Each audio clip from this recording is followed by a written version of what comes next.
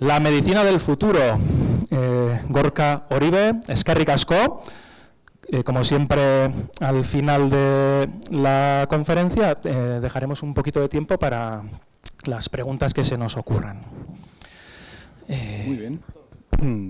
Muy bien, pues muchas gracias, mi esker guztioi etortzeagatik. ¿Se me escucha bien? Está ya el sonido, ¿no? Bueno, pues nada, un placer. Gracias por la invitación, por que estéis hoy aquí. Ver esta sala tan llena, con tanta expectación. Espero cumplir esas expectativas. Y nada, pues Javi, a toda la organización, muchísimas gracias por contar conmigo. Es verdad que tengo la suerte de dar muchas conferencias, pero siempre que te toca dar una en Gasteiz, que es tu casa, pues me hace especial ilusión. Y bueno, pues aquí en la Casa de Cultura Ignacio Aldecoa he tenido ya la fortuna de dar varias. Bueno, cuando me contactaron, pues me propusieron este tema. Es una frase corta, la medicina del futuro, pero detrás de esto hay muchas incógnitas, ¿no? Es un desafío importante. Digamos, desarrollar una conferencia, lo voy a intentar hacer además de una manera lo más divulgativa posible, porque nos vamos a meter en algunas técnicas, en algunas terapias, en algunos conceptos que son difíciles, incluso yo también tengo dificultades para entenderlos, pero vamos a ver si entre todos lo podemos entender.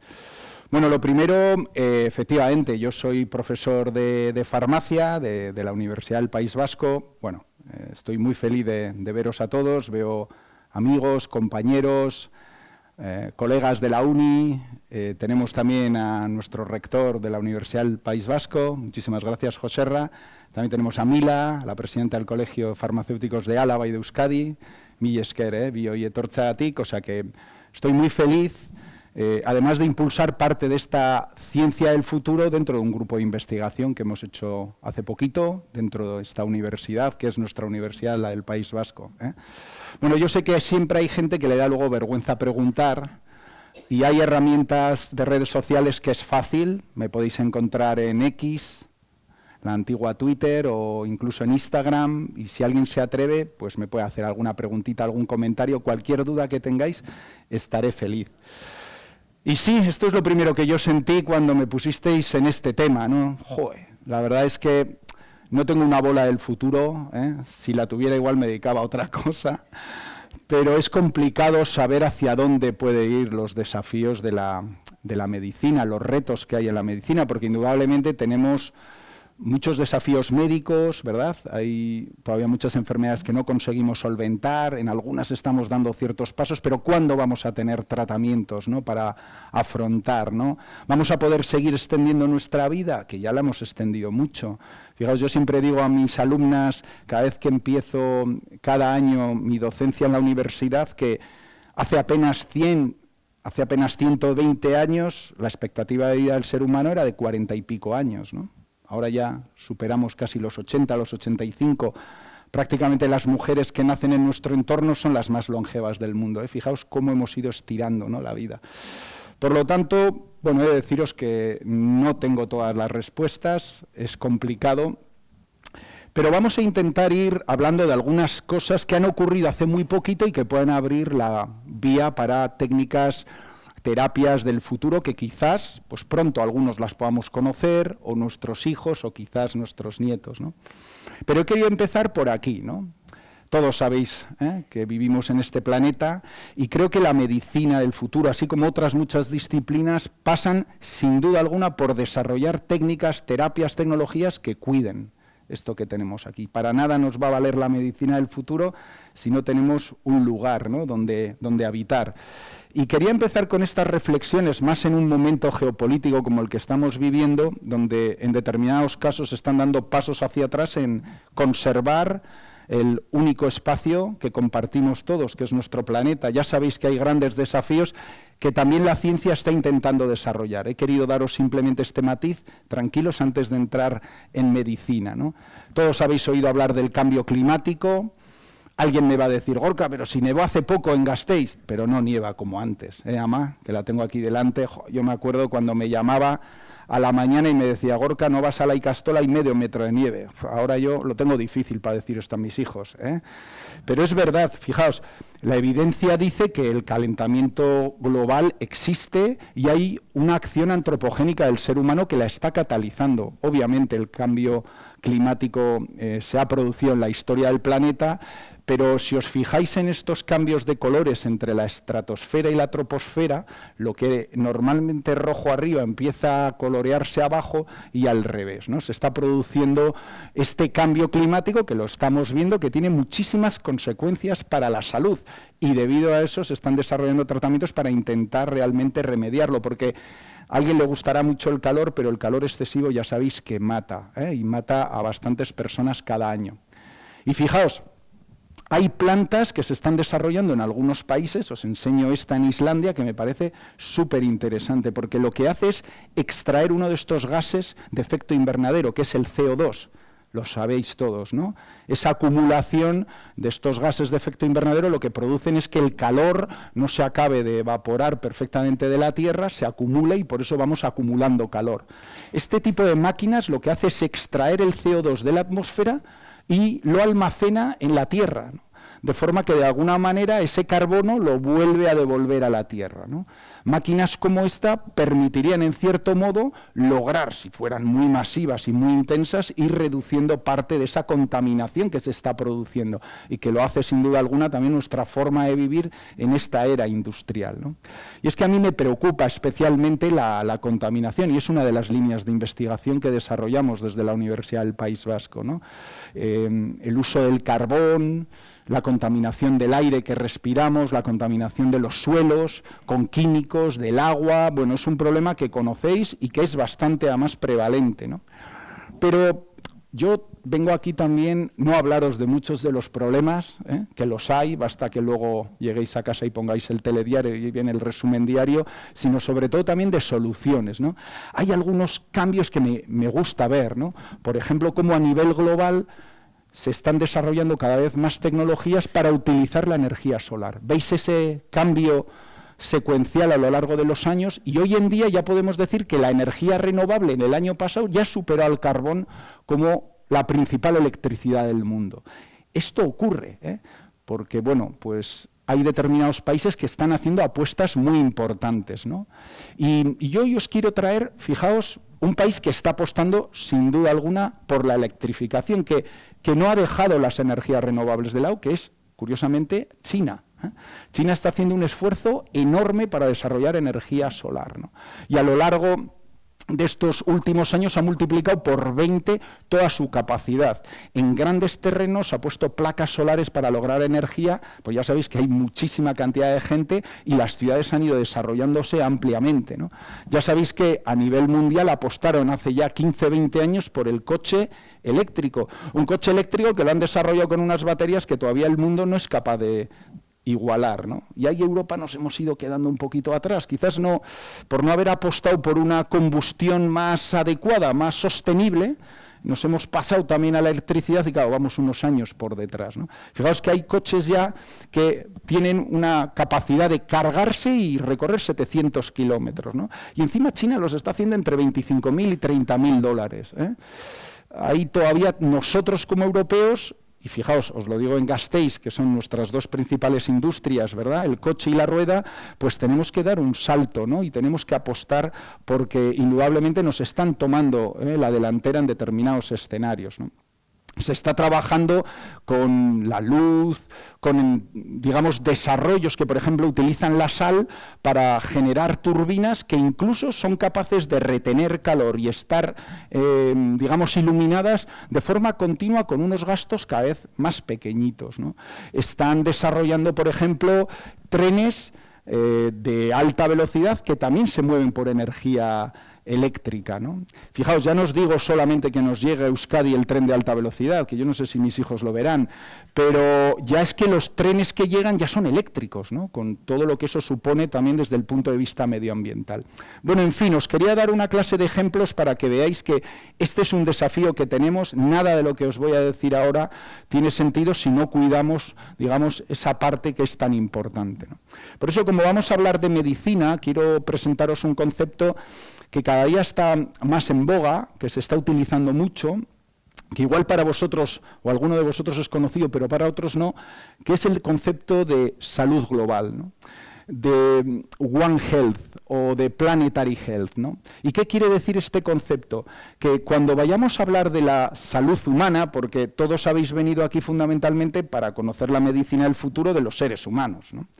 Pues esa medicina que os voy a hablar de los seres humanos solo tiene sentido si está íntimamente ligada a la salud de los animales que viven con nosotros y a la salud medioambiental. Todo lo que hagamos de avance que dificulte a los otros dos, antes o después nos va a venir de rebote. Y hay muchísimos ejemplos, posiblemente uno de los últimos, la pandemia que sufrimos, ¿no? Porque al final muchos de estos patógenos están en los animales y al invadir esas zonas ya sabéis que luego ocurren realmente situaciones epidemiológicas como las que vivimos. Y por eso nosotros en este equipo de investigación queremos centrarnos, ¿no?, en esta parte, ¿no? Y parte de lo que hacemos fundamentalmente desde este concepto de One Health es intentar entender qué contexto medioambiental tenemos a nuestro alrededor. Medimos en ríos, en tierras, en lagos, en lodos, en los mares, los contaminantes que tenemos. Y por desgracia, pues alrededor nuestro, debido a la presencia de actividad humana, pues nos encontramos muchas sustancias. Hay químicos, hay determinados medicamentos, hay microplásticos, hay sustancias de abuso. Estamos intentando desde el equipo encontrar fórmulas no solo para conocer bien el grado del problema, sino también para ponerle soluciones a muchas de estas cosas. Lo hemos ido publicando además en revistas de interés y estamos un poco con la idea de trabajar. Pero todo depende de que sigamos con unos parámetros y unos contextos como los que nos movemos en Europa, porque todos sabéis que parte de la evolución de la medicina, parte de la evolución del medio ambiente, parte de lo que nos depara en el futuro, pues depende de la geopolítica, ¿no? Y realmente esta tensión que existe hoy en día hace que, bueno, muchos de estos desarrollos que quizás yo os vaya a hablar, pues se puedan dar o no en función de esa naturaleza, ¿no? Por eso yo creo que es importante, ahora que estamos aquí, que pongamos en valor parte de los fundamentos, ¿no?, de la esencia de ser europeos, ¿no?, en cuanto a nuestra forma de vivir, en cuanto a nuestra forma de entender también, ¿no?, los aspectos sociales y también la protección del medio ambiente. Yo espero sinceramente, si tuviera que pedir un deseo, que eso no cambie, ¿no?, en los próximos años, ¿no? Como digo, la libertad, la igualdad, la protección del medio ambiente tienen que ser aspectos fundamentales y esto va a ser clave también en la medicina del futuro. Bueno, quería hacer esta pequeña introducción simplemente para que entendáis que todo esto es importante y solo es importante si lo hacemos en ese contexto global, ¿no? Y ¿qué pienso que puede ser parte de las nuevas ideas y desarrollos que quizás puedan servirnos para tratar problemas del futuro? Pues fijaos, he traído aquí un menú de degustación bastante interesante con algunas de las últimas cosas. Y fijaos, algunas tienen unos nombres muy raros.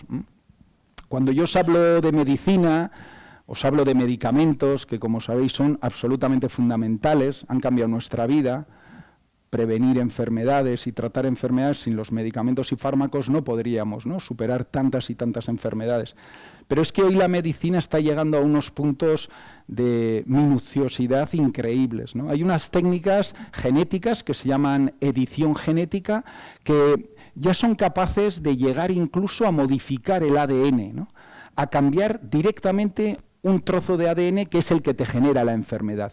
Fijaos, ya no os digo cambiar un tejido, un órgano, ni tan siquiera una célula o un conjunto de células, sino directamente dentro del núcleo de una célula, cambiar ese trocito de material genético que es el que produce el daño.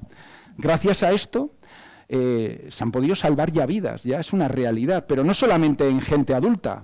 Uno de los grandes casos que ha ocurrido este pasado año es que por primera vez un bebé que tenía una enfermedad metabólica que era mortal, sus padres pronto supieron cuando nació el bebé que no había ninguna solución salvo esta técnica, gracias a estos ámbitos de edición genética, recibió un tratamiento personalizado y se logró modificar ese gen que tenía dañado. Y el bebé, ahí le veis, creciendo sin ningún problema, ¿no? Esto ya está llegando a un punto, fijaos, celular, ¿no? Este bebé nacía con un gen que se llama CPS1, que lo que hace es codificar para una enzima que, bueno, pues según cómo la tengas, puede producirte limpiar, te puede ayudar a limpiar un tóxico, como es el amoníaco o no. Este pobre bebé tenía dañada una enzima que lo que hacía era limpiar este tóxico, se le acumulaba amoníaco y, lógicamente, la acumulación de amoníaco en el organismo produce, en un momento determinado, el fallecimiento, ¿no? Fue a los 6 meses cuando recibió por vena una inyección que tenía unas bolitas pequeñitas, unas nanopartículas, muy parecidas a las vacunas que hemos recibido todos para hacer frente a la COVID, y estas nanopartículas tenían este editor que llegó a su material genético y consiguió resolverlo, ¿no? Y fijaos, estamos hablando de un bebé de 6 meses, ¿no? Creo que también la medicina regenerativa va a dar mucho que hablar en los próximos años, estoy convencido. Según vamos viviendo más años, pues es normal, cada vez vamos teniendo más problemas de chapa y pintura, ¿no? Tenemos problemas en la piel, tenemos problemas en los huesos. Hay algunos órganos que, claro, llevan mucho tiempo funcionando, pues el hígado, el riñón, los ojos, etcétera, y se están desarrollando terapias muy interesantes.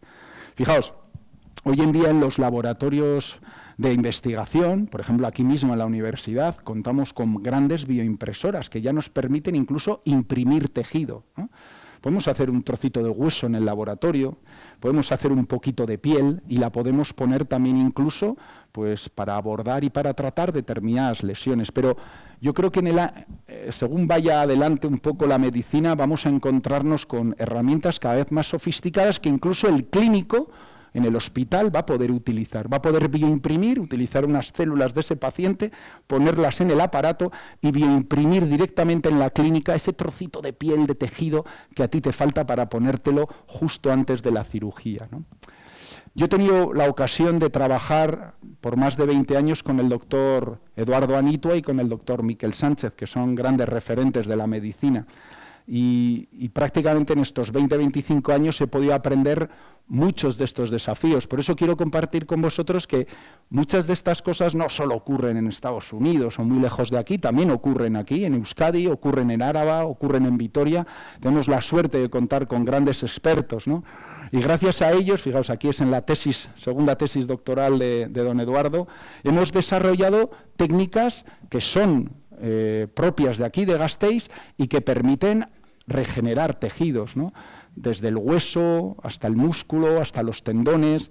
Posiblemente ya lo conocéis y estoy convencido que hay gente aquí que incluso ha recibido algún tratamiento. Pero yo no sé si sabíais que hoy en día, a partir de la sangre, ya somos capaces de hacer colirios. Sí, tú haces tu propio colirio personalizado a partir de tu sangre. Es tu plasma y son tus factores de crecimiento. Yo no sé si sabíais que incluso de tu sangre somos capaces de elaborar y desarrollar este tipo de membranas que se pueden utilizar para el tratamiento de patologías oculares. Fijaos, defectos, lesiones. Aquí os voy a poner un ejemplo clínico, no tengo muchos más, o sea que tranquilos, que es una queratoplastia. Este es un trasplante de córnea, ¿eh? Y es una operación ciertamente delicada, porque, bueno, el riesgo obviamente es la ceguera del paciente, ¿no? Es un trasplante donde se coge la córnea de una persona y se le trasplanta a otra. El proceso de humanización, de hacer que esa córnea sea más parecida a la tuya. Y luego encima de protección lo hacemos con sangre del propio paciente. Esto es una técnica desarrollada en Vitoria y aquí estáis viendo, una vez que se ha hecho la cirugía, cómo estamos poniendo esa membranita amarilla que protege la córnea y que está hecha a través de estos factores de crecimiento. También con el doctor Anitua hemos hecho una nueva investigación que es bastante puntera y es utilizar estos factores de crecimiento que proceden de la sangre en medicina reproductiva. Sí, porque como sabéis tenemos un alto problema y un gran problema demográfico. Yo creo que en general nacional, pero desde luego en Euskadi es muy evidente, ¿no? Cada vez es más complicado tener hijos, tenemos menos y cada vez más tarde y por lo tanto se dificulta, ¿no? Y luego la gestación, ¿no? Se están utilizando ahora factores de crecimiento para administrarlos en mujeres que tienen problemas para quedarse embarazadas, ¿no? Estamos inyectándolo cerca de los ovarios o a nivel de los endometrios, que muchas mujeres tienen muy finitos y por lo tanto el óvulo fecundado no se acaba bien de implantar. Gracias a estas técnicas que hemos logrado, que fijaos, que mujeres que siempre tenían aborto, entre un 50 y casi un 67% queden embarazadas, ¿no? Por tanto, ya no hablamos solo de técnicas de regeneración, de reparación de tejidos, hablamos de técnicas que te ayudan en procesos también de reproducción y que por lo tanto son muy aplicables y sobre todo tienen este label euskaldun que a mí me gusta resaltar. Mirad, otra cosa en la que creo mucho y quiero desarrollar en la universidad son herramientas que se llaman teranósticas, ¿no? Fijaos, sistemas que no solamente te ayuden a tratar una lesión, sino que además te digan esa lesión cómo se está curando en tiempo real, ¿no? De forma que una persona que tiene una úlcera, pues no tiene que estar abriendo ese vendaje para ver cómo está la úlcera, sino que el propio vendaje le va diciendo a uno si se está curando de forma favorable o no. Esta palabra rara que es teranóstico, que combina tratamiento y diagnóstico, es algo que creo que en el futuro vamos a ver cada vez más, ¿no? Sistemas inteligentes que nos curan y encima nos van diciendo cómo se está produciendo ese proceso de curación. Pero es que hoy en el laboratorio ya se hacen órganos. Fijaos, este artículo publicado hace muy poquito en la revista Nature habla de aloinjertos de músculo cardíaco. Esto es, coger a una persona células cardíacas, quitarles determinados componentes para que no generen una respuesta inmunitaria en el trasplante y utilizarlos en la reparación del corazón de un paciente pues, que tiene problemas cardíacos, ¿no? Porque lógicamente el corazón es clave. Si conseguimos encontrar herramientas que favorezcan, ¿no?, la funcionalidad más extendida del corazón y de nuestro tejido vascular, se logrará, estoy convencido, alargar todavía un poquito más nuestra expectativa de vida, pero lo que es más importante, también la calidad de vida. Esto se ha probado, fijaos, no solamente en primates, esto es en animales, en monos, etcétera, sino incluso en humanos, ¿eh? Por lo tanto, ya veis que está publicado en una gran revista porque abre la expectativa realmente de que igual el día de mañana todo este conjunto de técnicas, acordaos, bioimpresoras, nuevos materiales, utilización de factores, digamos, personales, factores de crecimiento, pero también utilización de nuevas técnicas de desarrollo de tejidos, puede dar lugar a soluciones terapéuticas. Bueno, desde hace años trabajo en la Asociación del Cáncer de Álava como vicepresidente y bueno, es una experiencia indudablemente pues muy potente para ayudar, ¿no?, a conseguir fondos para investigar en esta enfermedad. Una enfermedad que, como sabéis, es un conjunto de muchas enfermedades, donde algunas de ellas afortunadamente tienen curación y donde otras pues tienen una supervivencia más baja, ¿no? Hay determinados tumores que tienen un pronóstico complicado, difícil, pero básicamente porque en muchos casos llegamos tarde a su diagnóstico, ¿no? Diagnosticar antes la enfermedad abre opciones, ¿no? Cuando el diagnóstico es tardío, en muchas ocasiones ese tumor primario suele metastatizar, va a otros tejidos y genera nuevos tumores y por tanto el pronóstico es un poquito más complicado. Yo también estoy convencido que en los próximos 20-30 años se van a lograr hitos cada vez más importantes. Se va a intentar lograr ya esas 70% de supervivencia global. Es un hito, yo creo que a 15-20 años. Eso habla de todos los tumores. Obviamente ahí hay unas dispersiones, pero hay muchos grupos que están trabajando sobre los tumores más duros, más complicados, ¿no? Por ejemplo, el tumor de páncreas, algunos tumores hepáticos, algunos tumores cerebrales, ¿no?, que por desgracia solo dan señales de vida cuando ya es demasiado tarde. Y fijaos, aquí se trabaja, uno, a nivel básico, intentando entender la enfermedad, porque las células tumorales son, digamos, el enemigo al que hay que abordar, pero las células tumorales son biológicamente muy inteligentes y utilizan todas las células de alrededor para lograr sus fines, ¿no? A veces el sistema inmunitario les ayuda, a veces, fijaos, ¿no?, se ha descubierto este mismo año que incluso nuestras células nerviosas, que aparentemente no deben de estar ahí para desfavorecernos, pueden ayudar a los tumores a metastatizar.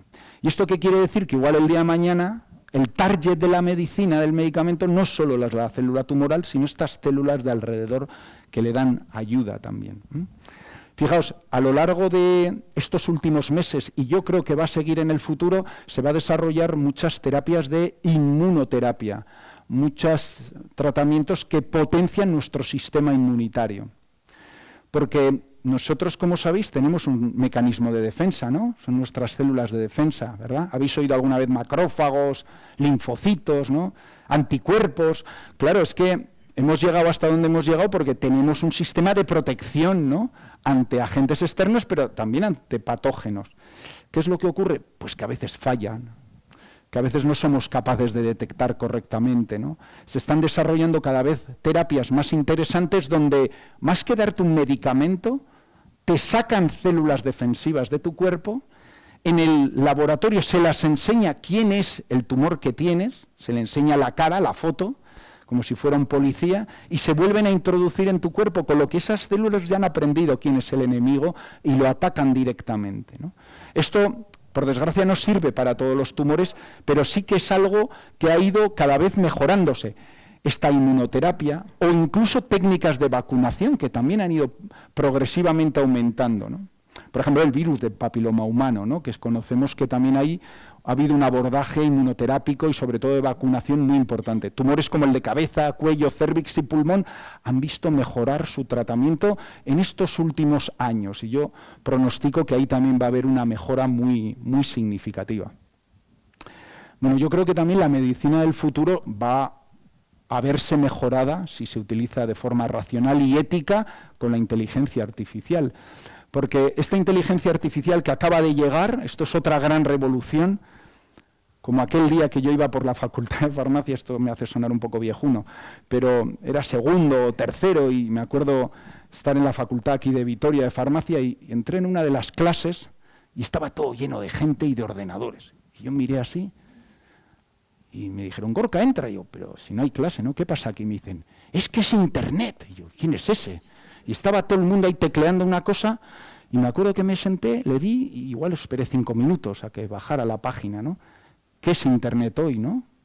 Oye, no ha pasado tampoco tantos años, han pasado 25 años y ahora todo el mundo tiene smartphones, es inteligente, ya las discusiones de Navidad no tienen sentido, cuando el cuñado te dice algo ya tienes Internet para mirar y ya no es lo mismo que antes, ¿verdad? Yo creo que la inteligencia artificial va a ayudar mucho, ¿no?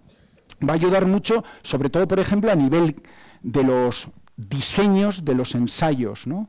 A veces los científicos diseñamos estudios muy complicados que hipotetizan una determinada respuesta, ¿no? Ahora se observa que con la inteligencia artificial se pueden realmente simplificar muchos de los diseños de las reacciones complejas. Nos va a ayudar seguramente mucho también en el diseño de moléculas químicas nuevas para fármacos, o va a diseñar y ayudar mucho también en biología, ¿no? Para ver cómo los fármacos se unen a los receptores, ¿no? Va a haber un gran avance seguramente en muchos sistemas que van a ser interesantes a la hora de realmente de afrontar nuevos medicamentos. Pero es que la inteligencia artificial también nos va a ayudar a una cosa muy importante, que es a predecir enfermedades. Y fijaos, ya empieza a haber algunos sistemas de IA relacionados con el patrón de sueño, de forma que, según cómo duermes y qué tipo de alteraciones tienes en esa fase, un estudio recientemente publicado en Nature dice que se pueden predecir hasta 130 enfermedades. Oye, igual el día de mañana nos dormimos y nuestro sistema nos dice que, ojo, que tiene usted un riesgo de tal, cambiamos nuestros patrones de alimentación, de nutrición, etcétera, lo mejoramos, etcétera, etcétera. Acordaos que no hay nada mejor que prevenir antes que tratar, ¿no? Y por lo tanto se está haciendo un gran abordaje en este tipo de cuestiones que sin duda alguna dependen de este conjunto de datos, ¿no? Bueno, creo que también puede haber un paso adicional en el tema de la terapia celular, ¿eh? Este es un tipo de medicina donde lo que se utilizan son células, ¿de acuerdo? Y fijaos, yo cuando empecé con mi tesis doctoral, empecé a hacer medicamentos vivos. ¿Os imagináis un paracetamol donde realmente hay células vivas, ¿no?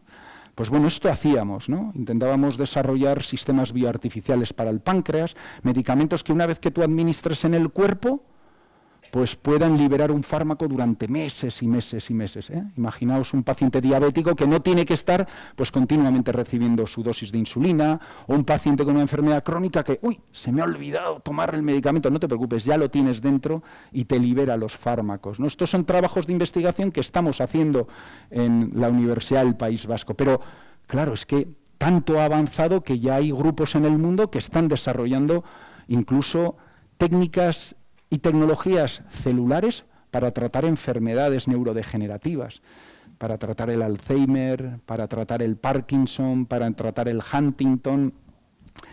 Y Incluso hay grupos, y ha habido bastantes avances a lo largo de los últimos meses, porque este siempre ha sido una historia que yo conozco desde hace 25 años, que son los senotransplantes. Utilizar órganos de animales, modificarlos lógicamente, para utilizarlos terapéuticamente en los seres humanos, ¿no? Siempre ha habido el sueño de utilizar los páncreas de los cerdos. Los páncreas porcinos liberan insulina y es muy parecida a la insulina que tenemos. Y obviamente el cerdo es un animal que ya tenemos humanizado, que consumimos. Imaginaos que se pueden utilizar unos órganos a nivel terapéutico. Lo que pasa es que cuando uno recibe un órgano de un animal, pues genera una respuesta inmune brutal que lo acaba machacando, y tiene una clase de consecuencias. Bueno, pues fijaos, ya se están utilizando a nivel clínico, ya sé que todavía es experimental clínico, pero se están trasplantando senotransplantes. Se cogen órganos de animal, se modifican para que no genere una respuesta inmune y se implantan, ¿no?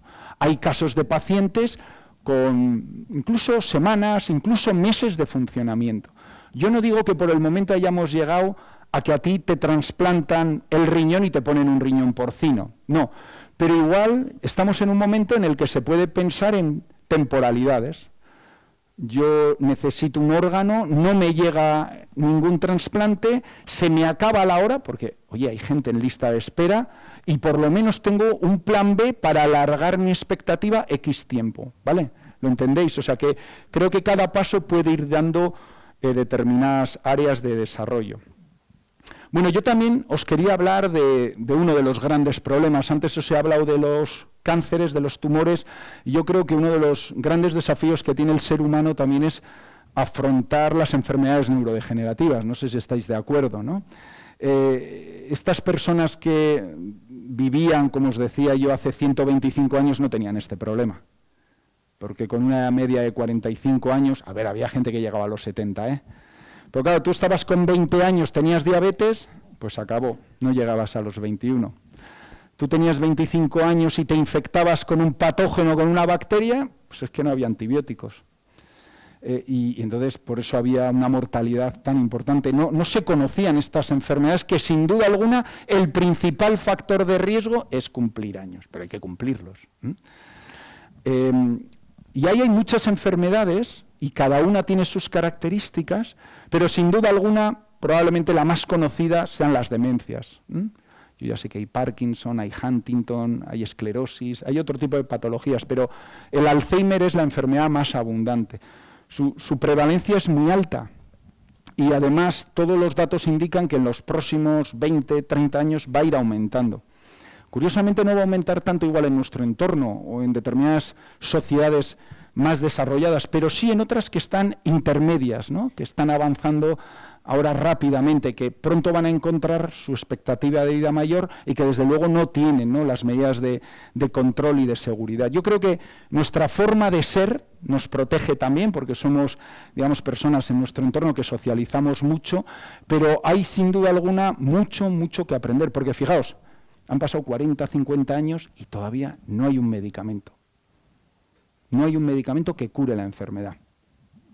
Lo último son una clase de anticuerpos monoclonales que parecen que paran el avance de la misma o retrasan la progresión de la misma, pero no hay algo que te tomes y te cures. Y sin duda alguna es una enfermedad preocupante. También es muy preocupante para nosotros por nuestro entorno, por nuestra demografía y porque además es una enfermedad que lógicamente a nivel familiar, ¿no?, genera muchos trastornos. Yo que os quería contar de esta enfermedad, algo que me parece importante, que es la prevención. Dice, pero ¿cómo puedo prevenir la enfermedad? Bueno, los últimos datos, y esto también es muy calentito, es que hay 18 factores que pueden prevenir o retrasar hasta el 65% de las demencias.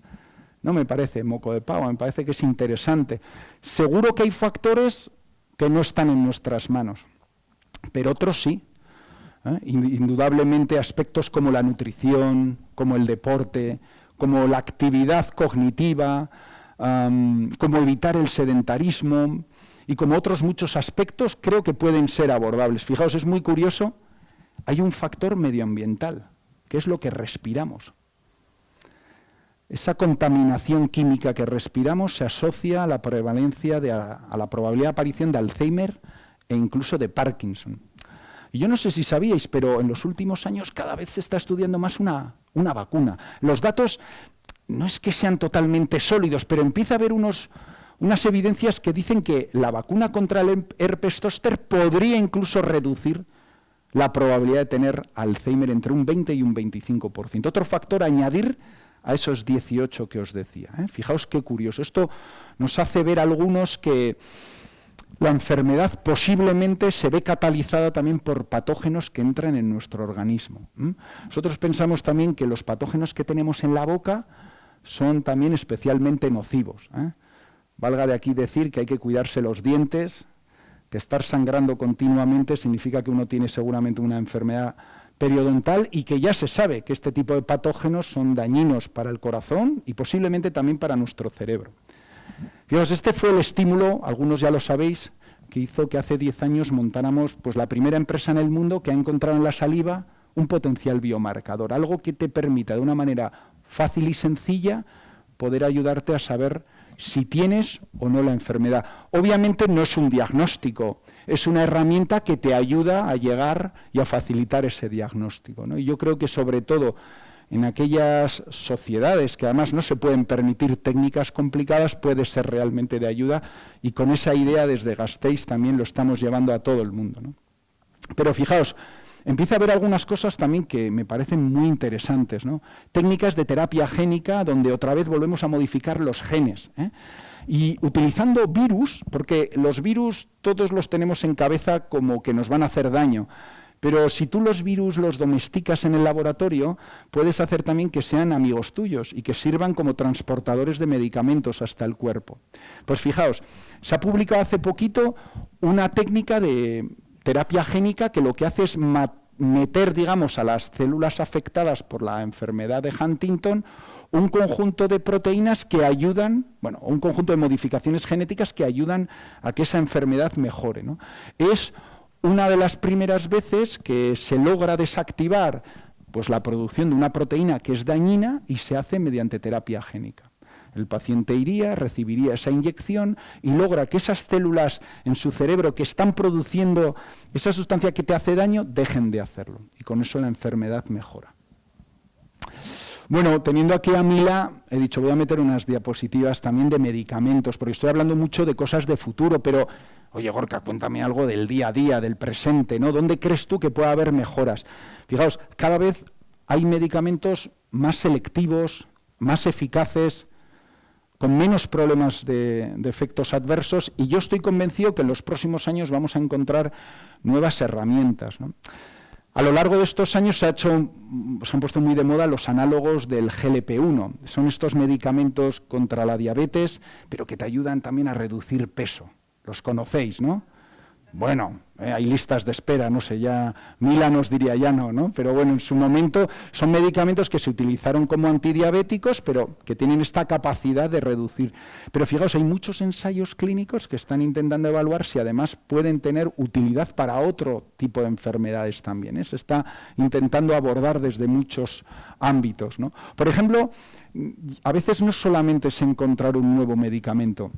A veces lo importante es encontrar una forma de administrar ese medicamento que sea más segura, más cómoda para el paciente, ¿no?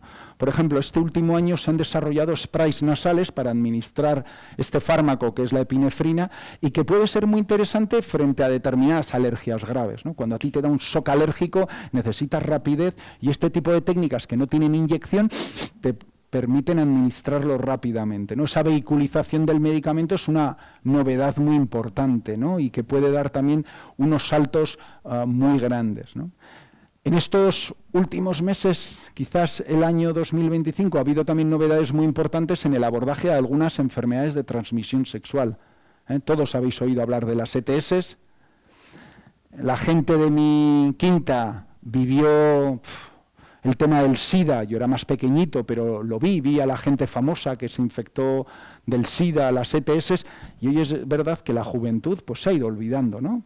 Ya es un problema del pasado y por lo tanto a veces pues no se toman las medidas adecuadas, ¿no? Y esto es importante hablarlo en casa, porque obviamente hay que tener estas medidas de protección porque los casos, por ejemplo, de ETS en España están aumentando también bastante significativamente. Pues fijaos, una enfermedad que es una enfermedad de transmisión sexual como es la gonorrea, pues hace poco se han desarrollado 2 medicamentos muy eficaces para abordarla, ¿no? Esto es, está habiendo un esfuerzo por parte de la industria farmacéutica también de atender a este tipo de problemas como son las enfermedades de transmisión sexual, ¿no? Por cierto, estos son medicamentos que han aparecido ahora después de décadas sin que haya ningún tipo de abordaje, ¿no?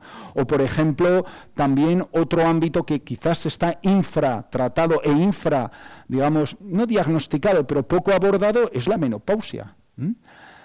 Tiene usted, pues se queda como está, que tiene un tratamiento hormonal, bueno, pues también se ha aprobado hace poquito un tratamiento no hormonal para sofocos intensos, severos, que le permite a la mujer controlar no hormonalmente parte de los síntomas y sensaciones que está teniendo. Yo creo que aquí hace falta un gran esfuerzo para también abordar muchos de los problemas que muchas mujeres sufren, ¿no?, intensamente durante estos años de perimenopausia y de menopausia, ¿no? O, por ejemplo, hay situaciones como las inyecciones de profilaxis, de preexposición para el VIH, que, bueno, pues pueden permitir realmente reducir drásticamente la posibilidad de contagio cuando tu pareja tiene, por ejemplo, el VIH, ¿no? Quiero decir que se están intentando encontrar fórmulas dentro de este campo de las enfermedades de transmisión sexual que, como digo, creo que es un problema que está un poco en auge y que tenemos que volver un poco a abordar. Pero este tipo de técnicas y de desarrollos, en mi opinión, otra vez volviendo a las primeras diapositivas, tienen que estar en equilibrio también medioambiental, ¿no? Nuestro grupo de investigación siempre promueve que los medicamentos que son totalmente necesarios empiecen a desarrollarse de una manera más sostenible también con el medio ambiente, ¿no? Yo creo que, por eso os decía que todos estos abordajes los tenemos que seguir desarrollando desde el punto de vista, digamos, de sostenibilidad, ¿no?, para que las próximas generaciones, bueno, pues puedan encontrarse el planeta lo mejor posible, ¿no? Bueno, quiero ir acabando con 3 o 4 matices más. Quiero hacer especial hincapié en las vacunas, por desgracia denostadas en muchos lugares, ¿eh? Estados Unidos tiene un secretario de Estado en relación a los aspectos de salud que es un antivacunas, directamente es un antivacunas. De hecho, ha modificado ya el calendario vacunal infantil, sometiendo a los padres a una decisión vis a vis con el médico de si a sus hijos hay que ponerles determinadas vacunas o no. Y no todo el mundo tiene que ser experto en vacunas para que usted vaya donde su médico y le diga, a mi hijo no le quiero poner, o oiga, a este sí y a este no. Claro, esto es un problema, porque hay muchas enfermedades, bueno, obviamente yo creo que hay pocas cosas que ha hecho el ser humano tan eficaces como las vacunas, ¿no? Y los datos están ahí, ¿no? Pero basta una pequeña proporción de la población que no se las pone para que aparezcan determinadas enfermedades que nos pueden realmente impactar en todos, ¿no? Y esto es importante, ¿no? Bueno, yo creo que los beneficios de las vacunas, quiero que quede claro en la sala, superan siempre ampliamente los riesgos de no ponérsela. Alguien habrá en la sala que me diga, yo me puse una vacuna y me hizo tal daño. Tiene usted razón, seguro. Pero siempre el daño seguro que es mayor de forma global si uno no recibe estos tratamientos, ¿no? Y esto no lo digo yo, lo dicen expertos muy importantes, ¿no? Es de aquellos desarrollos humanos que han salvado millones y millones de vidas y lo siguen haciendo, ¿no? Y, perdonad, quería deciros en este punto que esta técnica que os sonará, la del ARN mensajero, las modificaciones de RNA, yo creo que van a seguir dando algunas buenas noticias en el futuro. Ya no estoy hablando de que tenga que venir una nueva pandemia, ¿no? Pero este tipo de tratamientos se están utilizando, por ejemplo, frente al cáncer, ¿eh? Y es posible que dentro de poco haya vacunas muy específicas contra el cáncer o contra algunas enfermedades crónicas. Luego creo que la invención del ser humano no va a tener límites, ¿no? Vamos a encontrar nuevas terapias que son increíbles, que no es que aborden una enfermedad, sino que hacen que el contexto sea adecuado para no sufrirla, ¿no? Os he querido traer este ejemplo donde este científico modificaba millones y millones, manipulaba mosquitos, es como que tiene una granja de millones de mosquitos, y los modifica con una bacteria. Los modifica con una bacteria para que esos mosquitos no sean capaces de transmitir enfermedades. Y cuando los tiene a millones, los libera a la naturaleza. De forma que simplemente, como ellos pueden realmente relacionarse con los que hay, poco a poco se va logrando transmitir generacionalmente esos genes modificados hasta lograr en zonas, pues por ejemplo en Brasil, donde hay muchas enfermedades transmitidas por mosquitos, a lograr tener mosquitos que ya no transmiten esas enfermedades. ¿Veis? O sea que a veces los tratamientos médicos no son solo un medicamento o algo que te inyectas, es voy a ir a por ese patógeno, voy a bloquear el transportador, ¿no? Y los mosquitos, sabéis que son uno de los, bueno, pues probablemente insectos, ¿no?, que más enfermedades transmiten.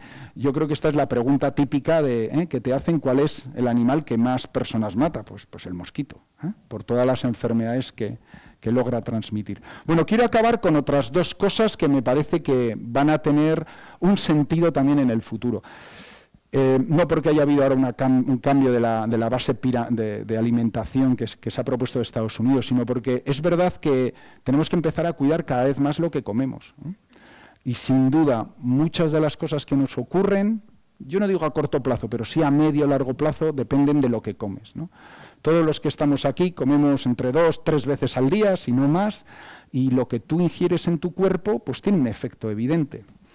Yo no me refiero a engordar o a adelgazar, me refiero a que si uno ingiere alimentos que son dañinos, como los ultraprocesados, el exceso de azúcar, el exceso de sal, este exceso de grasas saturadas, pues quienes más sufren son las bacterias que viven con nosotros, en nuestra microbiota. Porque ya sabéis que nosotros tenemos más bacterias que células, los seres humanos.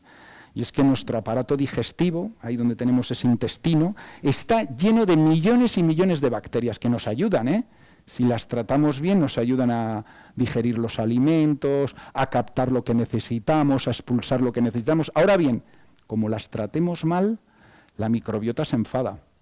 Y las bacterias empiezan a liberar muchas sustancias que, por desgracia, entran en nuestro cuerpo. Hoy en día se sabe que hay una relación entre nuestras bacterias y el cerebro.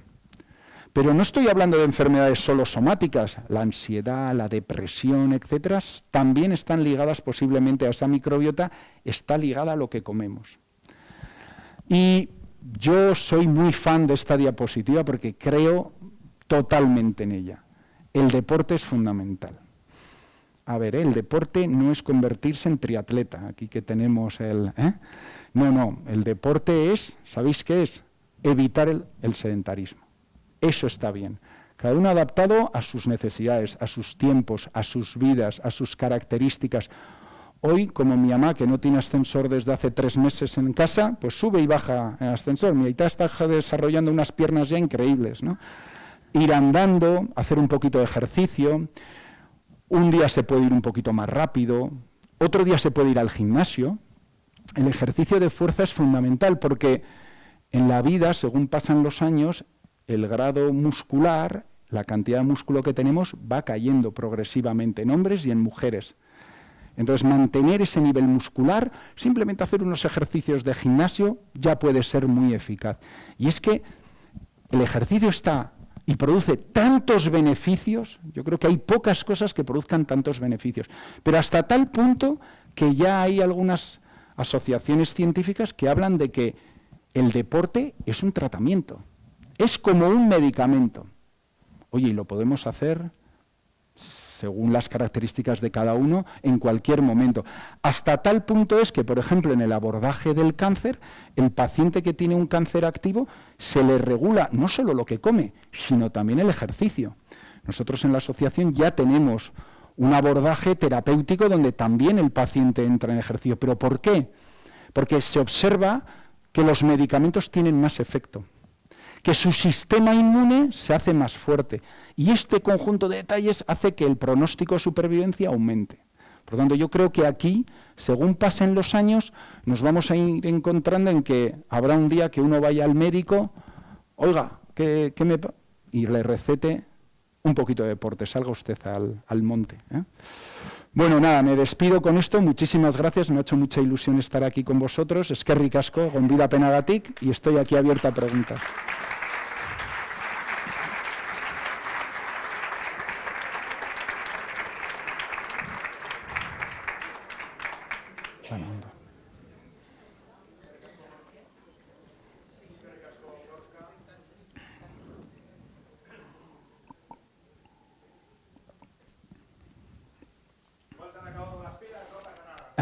Si tenéis alguna duda, alguna cuestión, queréis levantar la mano y yo iré como pueda acercando.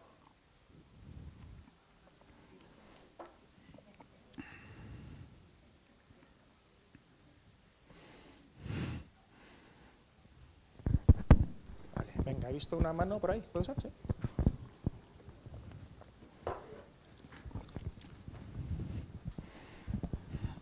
Hola, buenas tardes. Rosalía. Ha sido súper interesante la conferencia y mi pregunta es esta. Ha estado hablando de la inmunoterapia en las enfermedades oncológicas, en los cánceres y los beneficios que produce el tratamiento.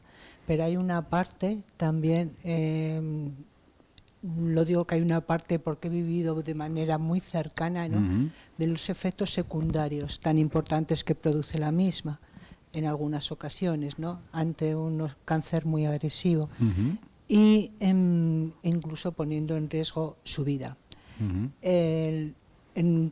También me produce ciertas dudas el hecho de que oncólogas que llevaban el caso defendían, dos personas de prestigio dentro de ello, defendían tesis diferentes. Una era partidaria de que se diera la inmunoterapia y otra era partidaria de que no. Entonces, ¿hay alguna manera de que verdaderamente esos efectos tan secundarios, tan importantes, en casos concretos de una agresividad tan grande, se pudieran modificar o, no sé, prevenir tampoco, modificar reducir, en el sentido, etcétera, sí, ¿no? de alguna manera? Bueno, gracias. Lo primero, muchísimas gracias por la pregunta. Siempre la primera pregunta, la que rompe el hielo, merece la pena ser agradecida. Bueno, yo siempre digo lo primero, yo soy un humilde farmacéutico, por lo tanto no soy oncólogo, ni sé en detalle muchas de las cosas que les he explicado aquí, ¿no? Entonces, siempre voy a ser muy precavido. Bueno, los medicamentos, como bien sabe usted, son unas sustancias químicas naturales, etcétera, que se administran porque, bueno, tienen unos beneficios a la dosis adecuada, ¿no? Pero no están exentos de efectos adversos, ¿no? A veces los efectos adversos dependen precisamente de la dosis, ¿no? Saben ustedes que recientemente ha habido un caso, además en Burgos, muy desgraciado, dependiente de la dosis, ¿no? Lógicamente, no es lo mismo tampoco un dolor de cabeza que un tumor en estadio 2, en estadio 3, ¿no? Tampoco es lo mismo un estadio 3 en una persona de 85 o 90 años que en un joven de 25, ¿no? Quiero decir que hay determinadas situaciones donde los medicamentos que se dan, estoy de acuerdo con usted, tienen unos efectos adversos que probablemente no serían tolerables para otra aplicación. Pero es que el riesgo que tiene esa persona, si no recibe esa medicación, seguro es la de la muerte, ¿no? Entonces, ahí hay que hacer un balance y siempre se establece un equilibrio, ¿no? Y los medicamentos se administran porque en ese beneficio, en esa relación beneficio-riesgo, supera el beneficio al riesgo. Nunca se va a hacer al contrario. Dicho esto, bueno, no es tan extraño que 3, 4 profesionales del sector no coincidan exactamente, ¿no?, en el mismo abordaje terapéutico, tengan sus discrepancias, ¿no? No es raro que uno quiera estudiar 2 o 3 ideas diferentes si no hay, digamos, una claridad en el tratamiento. A veces se producen estas cosas, pero bueno, en líneas generales realmente el abordaje terapéutico pues suele ser obviamente correcto, ¿no? Y estas terapias que yo le digo de inmunoterapia, normalmente añadidas a otros tratamientos clásicos, están ya en muchos casos perfectamente demostradas su eficacia, ¿no? Aprovecho también para decir que indudablemente nuestro sistema inmune, que yo antes recalcaba, de ayudarlo, ¿no?, de estimularlo, ¿no?, con técnicas como la terapia o inmunoterapia, pues a veces sabe usted que se pasa de frenada, genera enfermedades también autoinmunes y también existen terapias y medicamentos para bajarle de frenada, ¿no? Pero bueno, los medicamentos, las terapias siempre tienen un riesgo asociado y en muchos casos ligado a la propia aplicación que se va a hacer. Buenas tardes. Hola, buenas tardes. Muchas gracias porque nos has dado una visión de la medicina del futuro que es muy esperanzadora. Pero yo me pregunto, todo esto tiene mucho coste, mucho dinero hace falta para poder pagar esos tratamientos y esas terapias. Entonces, ¿cómo ves que esto se va a distribuir entre el público en general? Bueno, tiene usted razón que algunos de los abordajes nuevos, sobre todo biológicos, sobre todo moleculares, técnicas específicas de edición, son caras, ¿no? Y es verdad que nuestro sistema sanitario soporta una carga muy importante, pues lógicamente porque somos muchos y cada vez afortunadamente vivimos más, ¿no? Bueno, pues este es un problema importante. Yo creo que para que hagan ustedes un especial de retos del futuro y meten esto, ¿no? El tema de la financiación, ¿no? Más en una sociedad que demográficamente, como decía antes, pues cada vez nacen menos gente y cada vez los que tenemos ya casi 50 estamos avanzando hacia adelante, ¿no? Bueno, hay muchas técnicas que por contrario sí que son abordables, ¿no? Empieza a haber sistemas de prevención diagnóstica en sangre, en otros fluidos que no soportan un coste tan elevado. Algunos medicamentos también quedan fuera de patente y se pueden buscar genéricos para reducirlos, ¿no? Pero estoy con usted, algunos de los medicamentos que, digamos, sirven para temas más específicos, que además son vitales, son extremadamente caros, ¿no? Entonces, bueno, ahí hay un problema que habrá que ver, ¿no? Cómo soportan los sistemas sanitarios, ¿no? Y obviamente más aún en países que no tienen igual los recursos económicos que tengamos nosotros.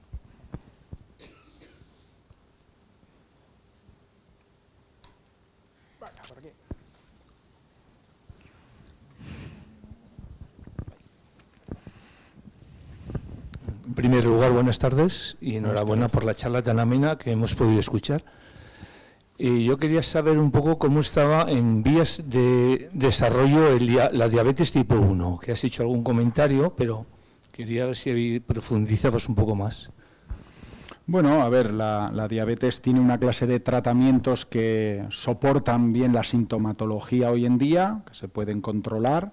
Siempre hay pequeños momentos de desfase, pero yo creo que farmacológicamente se pueden abordar. El futuro radica en eliminar la diabetes, en curar realmente la enfermedad, porque el paciente siempre está enfermo, lo que pasa es que sus síntomas los conseguimos abordar, ¿no? Administrando pues, antidiabéticos orales o administrando insulina, ¿no?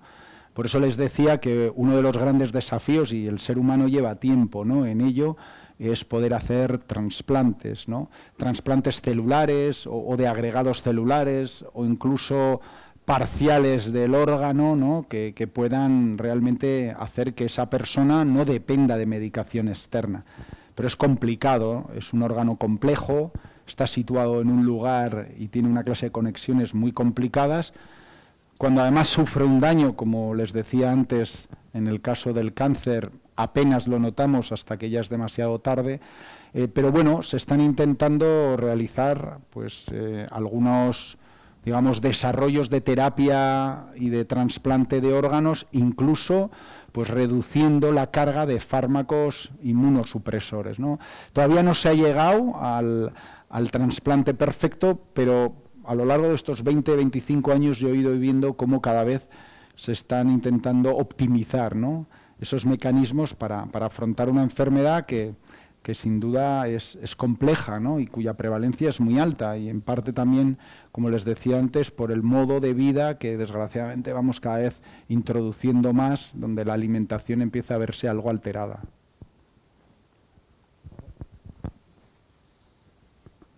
Más preguntas.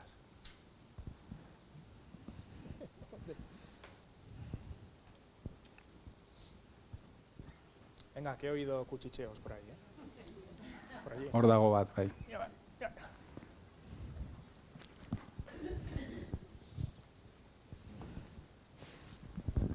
Kaixo, muchas gracias, muy amena la charla, y tenía una pregunta sobre el plasma. Siendo el plasma un centrifugado de nuestra propia sangre y teniendo los efectos antiinflamatorios y regeneradores que tiene, ¿por qué crees que se siguen recetando tantos fármacos antiinflamatorios, siendo siendo ellos perjudiciales para el medio ambiente en vez de utilizar nuestro propio filtrado de la sangre en Osakidetza, por ejemplo? Bueno, a ver, efectivamente estos derivados del plasma y plaquetas, que las plaquetas son pequeños orgánulos que tienen muchísimos factores de crecimiento, es verdad que este plasma enriquecido tiene muchos efectos. Ayuda a estimular la regeneración, efectivamente es antiinflamatorio, tiene efectos incluso analgésicos, en cierto modo, ¿no? Los pacientes refieren menos dolor cuando se les utiliza, pero la utilización terapéutica es local. O sea, tú tienes un daño en un lugar determinado y ahí se aplica, ¿no? Se aplica en ese tejido. Normalmente son tejidos superficiales, ¿no? Pues puede ser en un diente o a veces es en una articulación, etcétera. Cuando uno tiene un daño más genérico del sistema nervioso central, pues hombre, ahí no se pueden utilizar este tipo de... O sea, uno no lo trasplanta a nivel medular o etcétera, ¿no? Se utiliza de forma más local en determinadas lesiones y ahí sí que está teniendo un abordaje, ¿eh? Digo que esto no exime a que uno luego utilice un medicamento de efecto sistémico pues para controlar un dolor de cabeza. Un dolor de cabeza no lo controlas con un derivado de plasma. Eso sí, sí. De hecho, nosotros hemos hecho ensayos clínicos donde vemos que con 3 inyecciones, 4 inyecciones de este tipo de preparados, un paciente que tenga una condropatía, que tenga artrosis de rodilla, reduce drásticamente el consumo de medicamentos porque reduce el dolor, ¿no? Otra cosa es porque a veces pues parte de los desarrollos tecnológicos que se hacen en el país pues no se utilizan directamente en el país, ¿no? Yo creo que ese apuntado usted también es otro de los grandes retos que nos quedan, ¿no? A veces pensamos que todo lo bueno tiene que venir de fuera y para nada, ¿no? Entonces, bueno, yo creo que ahí sí que hay un decalaje para que algunas de estas terapias ya hay suficiente evidencia como para que se puedan utilizar en Osakidetza sin duda alguna. Son abordables, sí, sí, estoy de acuerdo. Vale, espere, creo que va por ahí el micrófono. Bueno, lo primero, muchas gracias por la charla. Vale, gracias. Muy interesante. A día de hoy, bueno, se sabe que muchísimas de las enfermedades es a raíz del envejecimiento celular y demás. ¿Se sabe un poco a raíz de que se activa, digamos, el proceso de envejecimiento a día de hoy? Bueno, tengo por ahí detrás igual alguna bióloga que igual quiere contestar, ¿no? No, es broma.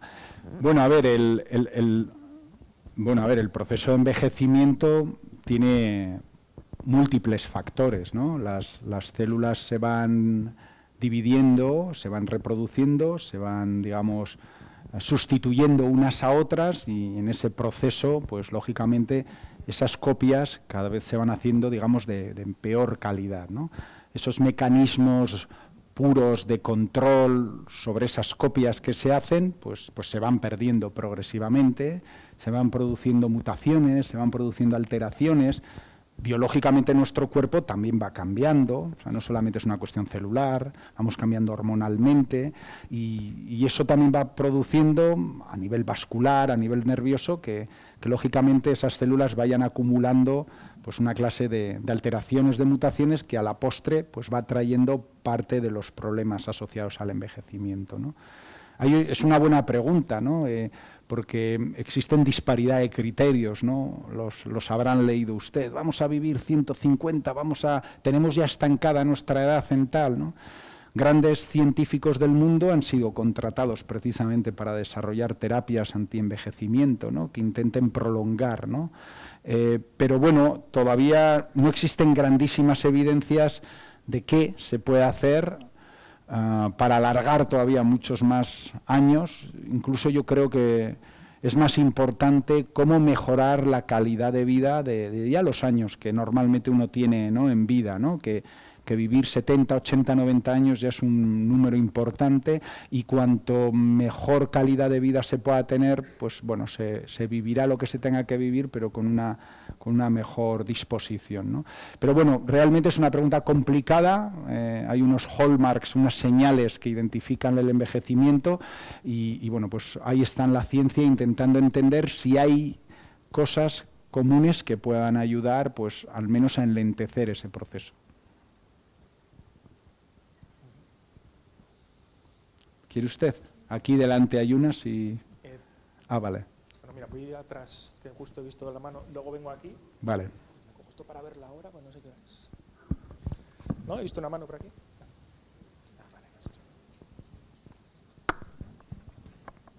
Hola, muchas gracias por la charla. Ha sido muy interesante y como has abordado muchos aspectos muy interesantes. Me causa especial curiosidad el tema de la edición genética. Ahora mismo has dicho que podemos coger genes específicos y alterarlos, ¿no?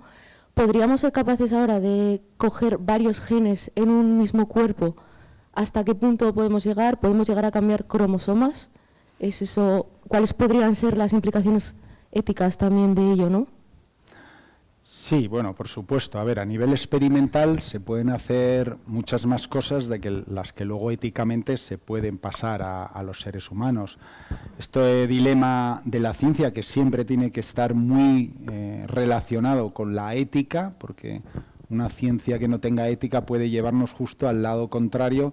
Pues ya empezó, por ejemplo, con el abordaje de las células madre, de dónde venían esas fuentes, etcétera, ¿no? Si podrían ser o no embrionarias, ¿no? Muchos centros no las querían utilizar, etcétera, ¿no? Por lo tanto, por supuesto que hay cosas que igual se pueden realizar, incluso entre especies, alteraciones del cromosoma, etcétera, que luego también son muy complicadas de llevar al ser humano.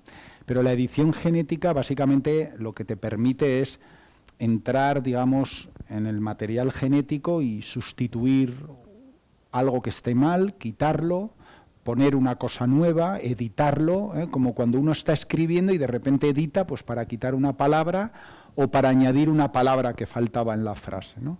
Este nivel de detalle ya no solamente es experimental. Yo cuando estaba haciendo la tesis empezaba a ver pronto técnicas un poquito más tarde como la CRISPR y tal, y empezaba a ver experimentos en células de laboratorio.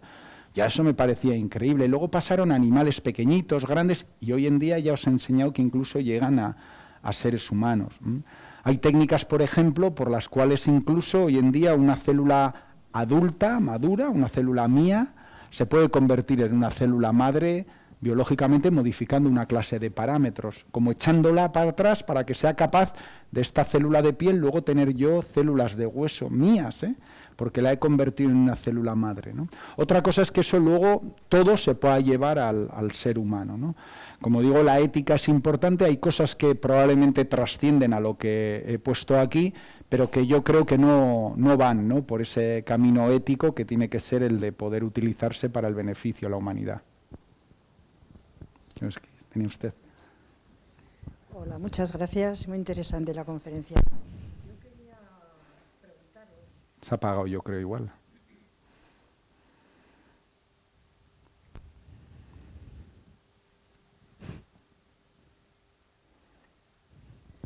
Sí, que muchas gracias y muy interesante. Yo quería preguntaros a estos grupos que estáis trabajando tanto en todas estas investigaciones, que no es otro más que el bien de la humanidad y de lograr avances para beneficio del ser humano, si os encontráis a veces con palos en las ruedas de esas multinacionales tan tremendamente ricas que son las farmacéuticas, que lo único que les interesa es vender pues mucho antiinflamatorio, vender mucho ibuprofeno, etcétera, etcétera, etcétera.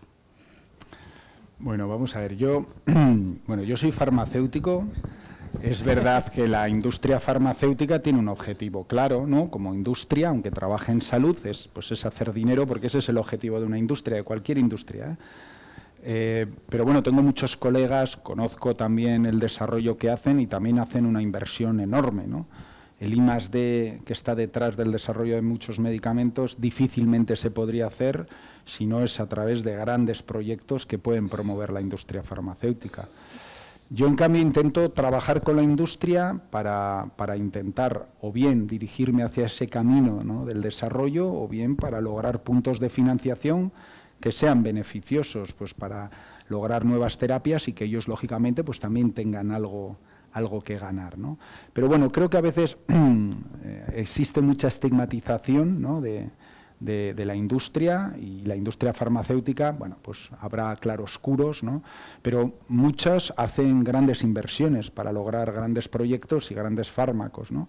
Y en muchas ocasiones esos ensayos acaban en fracasos, ¿no?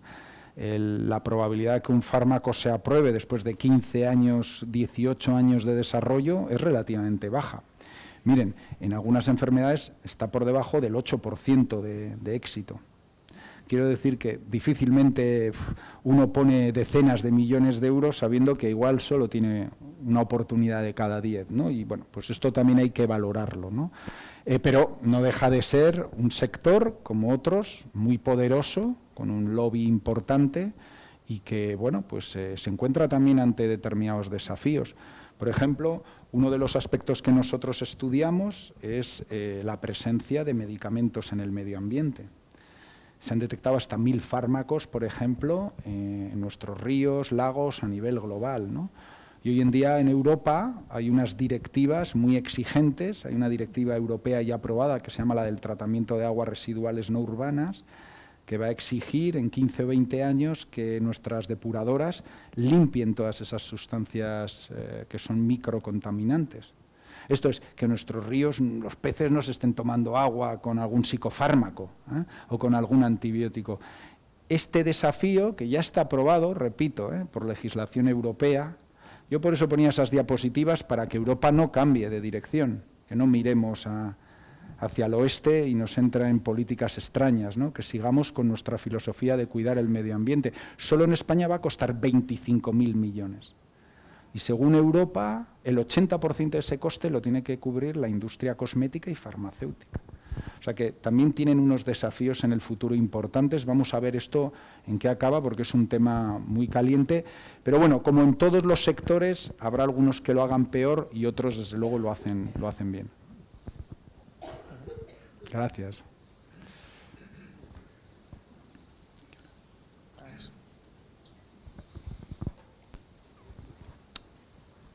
Estamos, yo creo. ¿Una más? ¿No? ¿Sí? No, yo creo que ya... Sí, venga. La gente ya está cansada. Azkena ya, ¿eh? Sí, una cosita. Has comentado, por ejemplo, que se están abordando tratamientos para la menopausia, etcétera, ¿no? Sí. Pero hay un dicho vulgar del que la medicina y la farmacia se ha analizado desde el punto de vista masculino. Bueno. Quiero decir, ¿hay algún protocolo desde esta acusación que hay, desde el feminismo, por cierto? ¿Hay algún protocolo, por ejemplo, que exija que los ensayos se diversifiquen tanto para el género masculino, femenino o para el que sea? No, por supuesto. A ver, los ensayos clínicos tienen en cuenta, lógicamente, las variables, diferentes variables como la edad, la raza, obviamente el género, todo está controlado. Quiero decir, no se ensaya un nuevo analgésico en 2.000 hombres solo, ¿no? O sea, son ensayos muy completos, sobre todo los ensayos clínicos en fase 3. Ahora bien, dicho esto, estoy de acuerdo con usted que en muchas ocasiones, hombre, las industrias farmacéuticas han priorizado enfermedades crónicas, por supuesto, ¿no? También están haciendo grandes abordajes en enfermedades como el cáncer, las enfermedades neurodegenerativas, pero han dejado de lado algunos problemas y yo por eso hoy quería traerles aquí un ámbito donde yo creo que hay una falta de abordaje terapéutico, que es el caso de la menopausia. Seguro que si la menopausia nos ocurriera a los hombres, pues habría más abordaje terapéutico, ¿no? Y yo creo que creo que se tiene que hacer un esfuerzo porque es verdad que algunas mujeres, pues sufren la menopausia de una manera más leve, pero bueno, hay otras situaciones donde durante varios años pues hay un cambio orgánico muy importante, sangrados muy importantes, un cuerpo que no acaba de encontrarse, no está claro si se tiene que apostar por las terapias hormonales o no, y yo creo que hay un campo, desde luego, que necesita más desarrollo.